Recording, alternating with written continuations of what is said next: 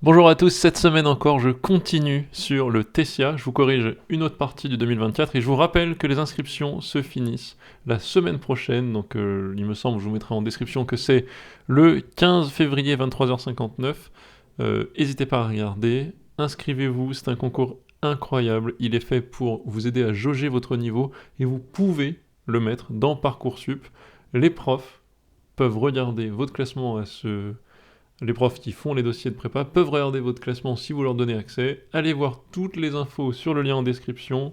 Incroyable test, je le valide à 100% pour sa qualité pédagogique. Les prépas regardent, ne regardent pas, vous n'avez rien à perdre à le passer en tout cas. Il se développe de plus en plus, je le conseille, je me répète.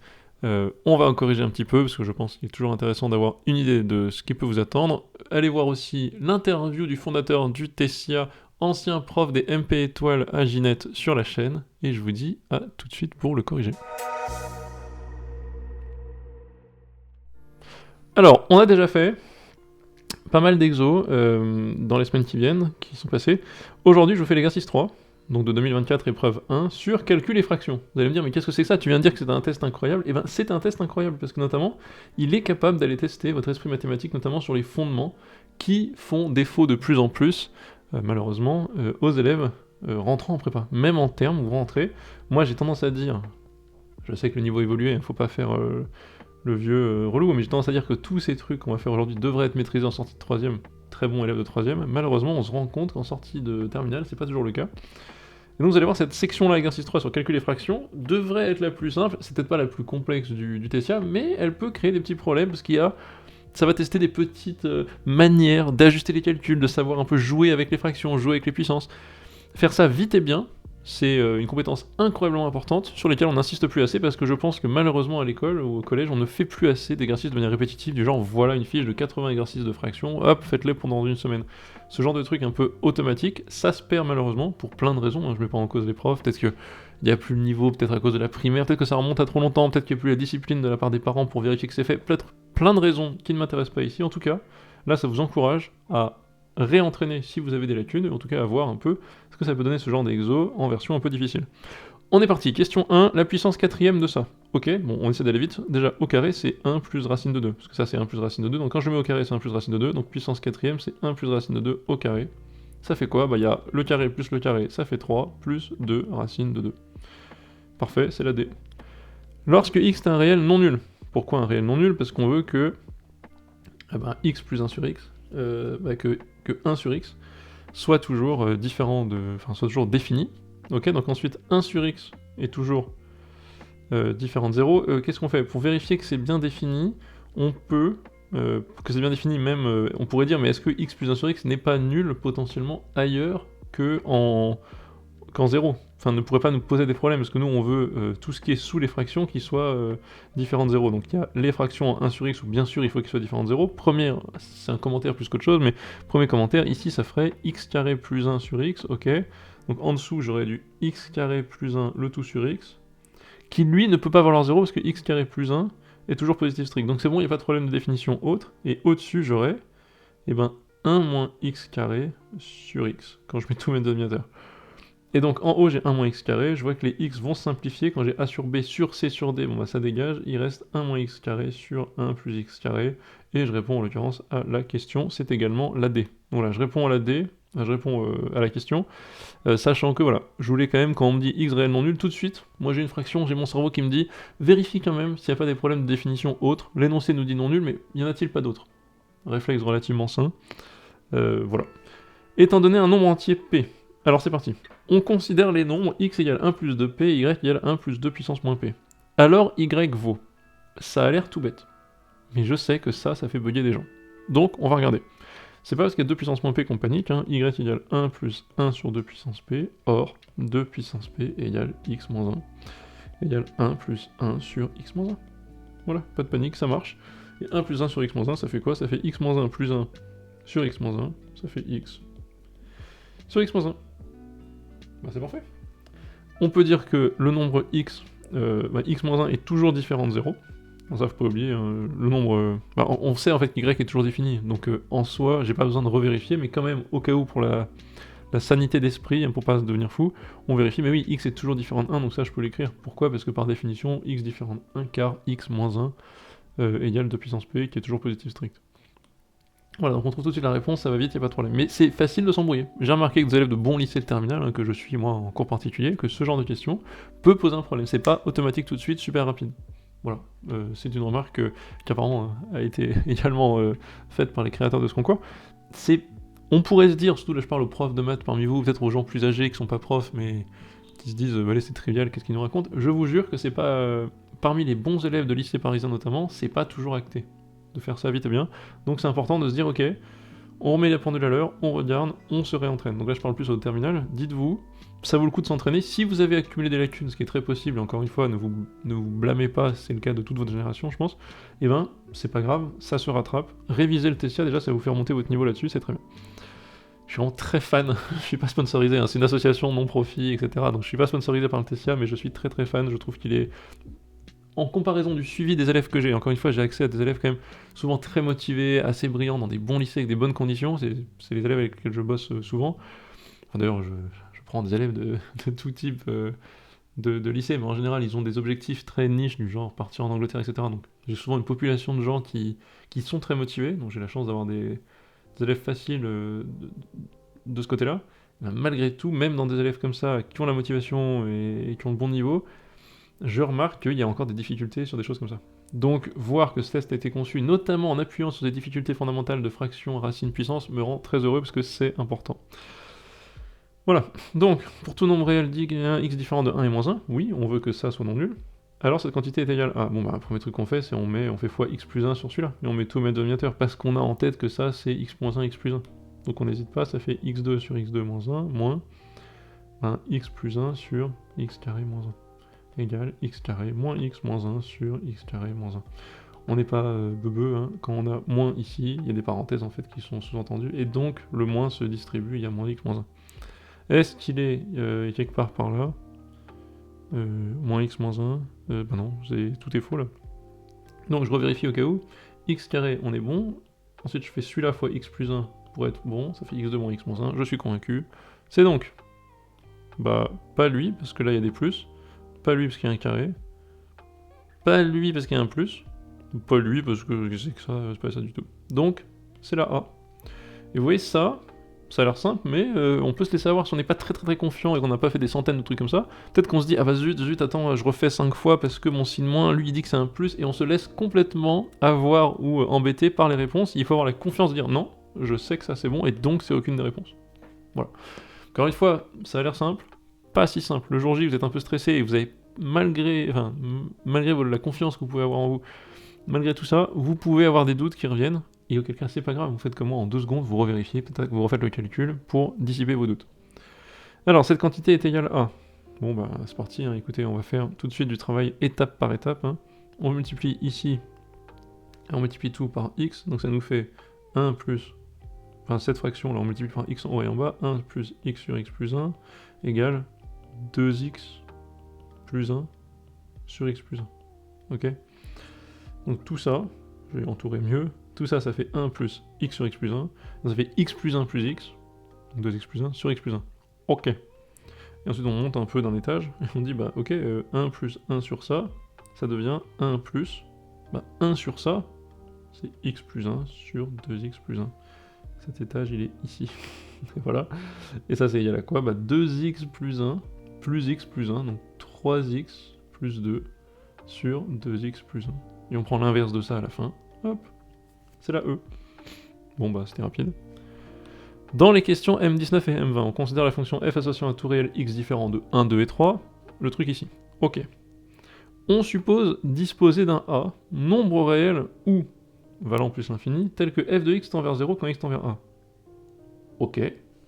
Nous on comprend quoi? Ça, je vous le fais à la physicienne, et c'est un truc que vous ferez à peu près, que vous ferez en prépa en gros. Tout de suite, je me dis, c'est en plus l'infini quand x est très grand, c'est à peu près du 1 sur xxx.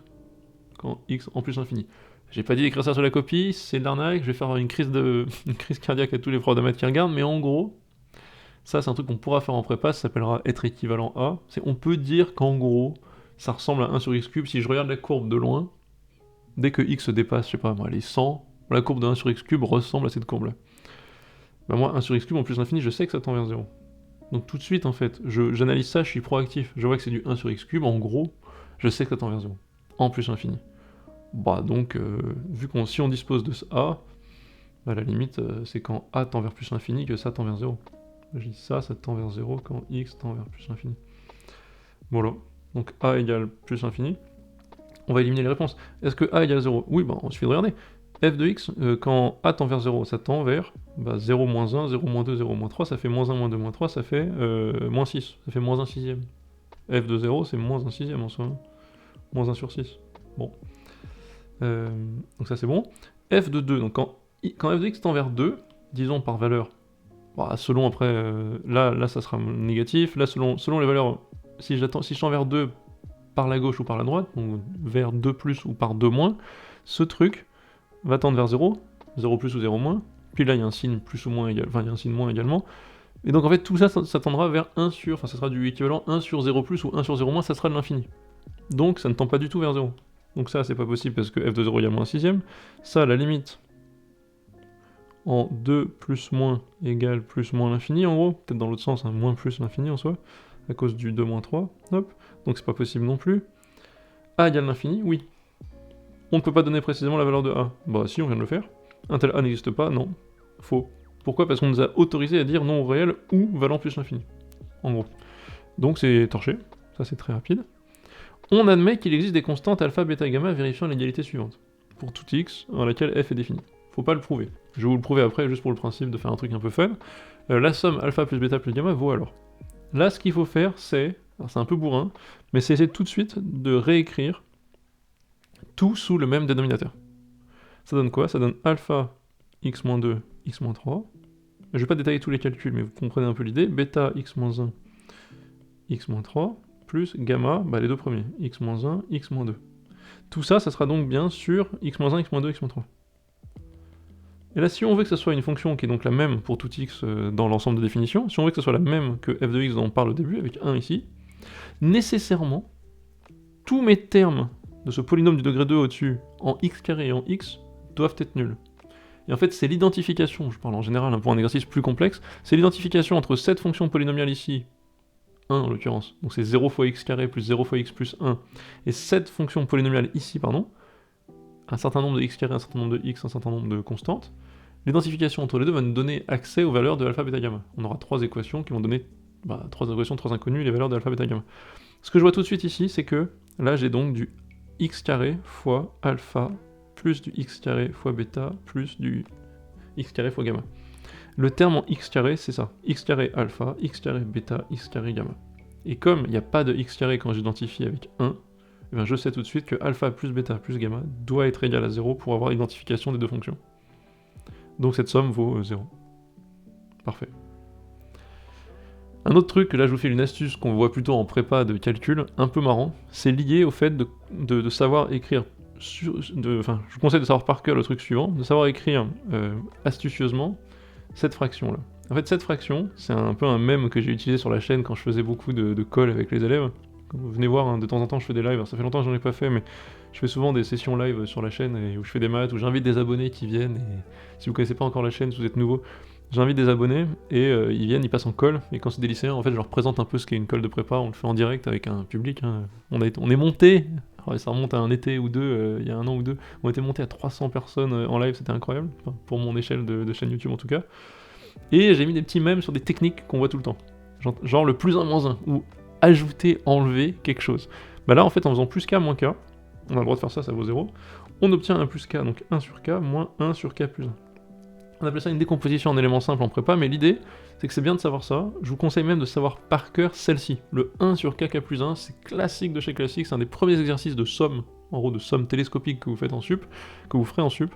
Si vous êtes en termes, je vous conseille de connaître cette décomposition par cœur, elle se retrouve en 1 seconde, soit à partir de là, soit en sachant qu'on fait plus k moins k, elle est très pratique. Et il y a une variante de ce truc-là qui peut s'appliquer ici. Alors c'est une variante plus du plus 1 moins 1. Pourquoi? Je vais écrire 1 sur, alors que ce soit des k ou des x, en fait ça change rien, x moins 1, x moins 2, x moins 3, c'est égal à quoi? Et en fait je vais faire en sorte d'avoir le x moins 3 et le x moins 1 vous allez voir qu'ils vont disparaître. Donc qu'est-ce que je fais? Je dis que c'est x moins 1 moins x moins 3 sur x moins 1, x moins 2, x moins 3. Alors ça fait quoi? X moins x, ils s'en vont, moins 1, moins 3, ça fait 2. Je mets un petit 1 demi devant pour compenser. Vous allez me dire, mais t'es un ouf. Et oui, parce que là en fait ça me fait 1 demi de x moins 1, donc 1 sur x moins 2, x moins 3, moins 1 sur x moins 1, x moins 2. Et ça c'est top. Parce que ça en fait, ben, c'est une décomposition sympa, qui nous donne ensuite accès, grâce à ça, je vous laisse le faire en commentaire, hein, grâce à ça, je peux continuer et transformer celle-ci et celle-ci en 1 sur, respectivement, 1 sur x-2 moins 1 sur x-3, pour celle-ci. Ah non, plutôt d'ailleurs la plus petite en premier, donc 1 sur x-3 moins 1 sur x-2, j'ai fait une erreur. Et celle-ci en 1 sur x-2 moins 1 sur x-1. Incroyable, ça me donne les coefficients alpha, bêta, gamma directement. Je vous laisse finir. C'est un peu du hors-programme, ou c'est pas ça que vous voulez faire l'exercice, mais je vous le donne parce que je trouve ça rigolo. Voilà, donc alpha plus bêta plus gamma, on peut le trouver juste avec la décomposition, mais l'astuce pour trouver alpha, bêta, gamma directement, c'est connaissant ça, d'appliquer une version ultra vénère ici, avec x-1 moins x-3, en fait on fait exprès d'enlever les bords pour laisser ensuite des choses comme ça qui reviennent à ça, et on compense par un 1,5 parce qu'on fait apparaître un 2. Un peu complexe, mais c'est typique genre de petite manipulation algébrique qu'on fera en prépa, donc je voulais vous la montrer. Alors, il reste quelques questions pour finir cette vidéo et cet exercice 3. Pour tout choix de nombre x, y, z, la valeur de ça est... Alors là, c'est pas très compliqué. L'idée, en fait, c'est de compter. Alors, il faut être un peu méticuleux, c'est un peu le problème. Toujours quand, notamment si vous n'avez pas le temps, vous êtes stressé le jour de l'épreuve. Il va falloir enlever, enfin reconnaître quel terme on va dégager. Je vois... Oups, attendez, j'ai dupliqué la photo. J'ai fait une photo double de ce truc-là, c'était pas mon but. Hop, on voit qu'il y a des x carré y déjà qui vont dégager. Il y a des x carré y qui vont dégager, donc hop, là je vois qu'il y a du x carré y, x fois xy qui va dégager. Il y a du y carré x qui va également dégager ici avec le premier, hop, ces deux-là. Et ensuite j'ai du y carré z, alors c'est pas lui qui m'intéresse, moi ce que je veux c'était... Bon, enfin vous voyez qu'il y en a plein qui vont dégager, donc qu'est-ce que je fais en fait? Le seul truc que j'ai à faire c'est développer ce machin-là en fait, c'est ça que je voulais dire. Je développe ce machin-là, la deuxième partie, et je dis que ça fait x carré y plus... Alors je vais commencer par le x. X, y, z plus x carré z plus y carré x plus y carré z plus x, y, z. Je comprends genre 3y, z, hein. Plus x, y, z plus y carré... faux, je suis sur le dernier là. Plus y, z carré plus z carré x. Et donc, qu'est-ce que j'ai? X carré y. J'en ai combien? 1. Ok, il dégage.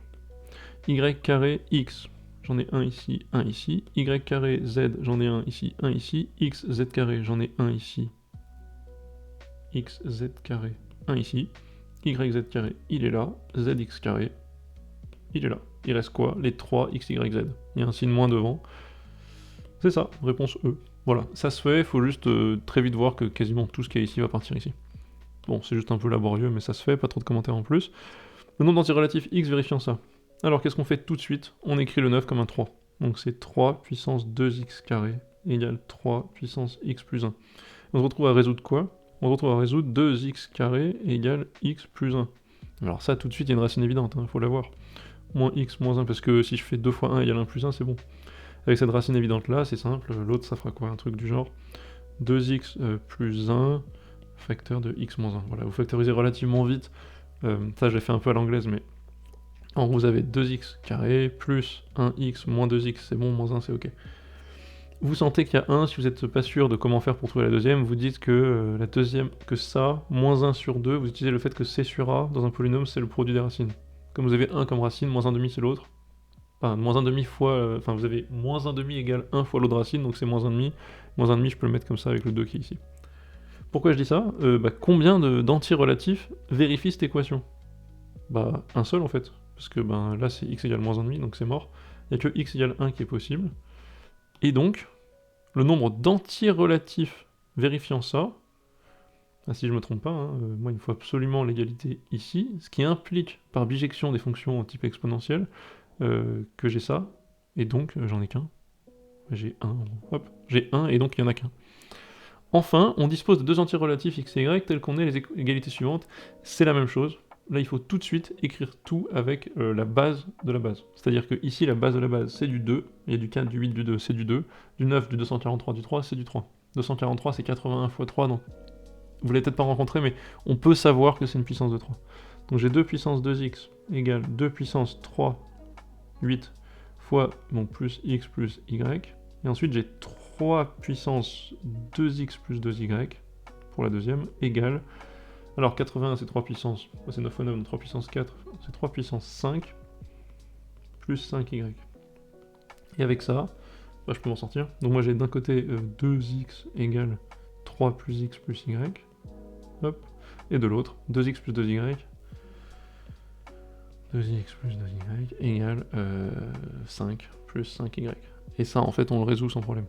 Comment on résout ça? Bah, je sais pas. Ça fait x égale 3 plus y en haut. Hop. Si je continue ici, x égale 3 plus y. L'autre, c'est quoi?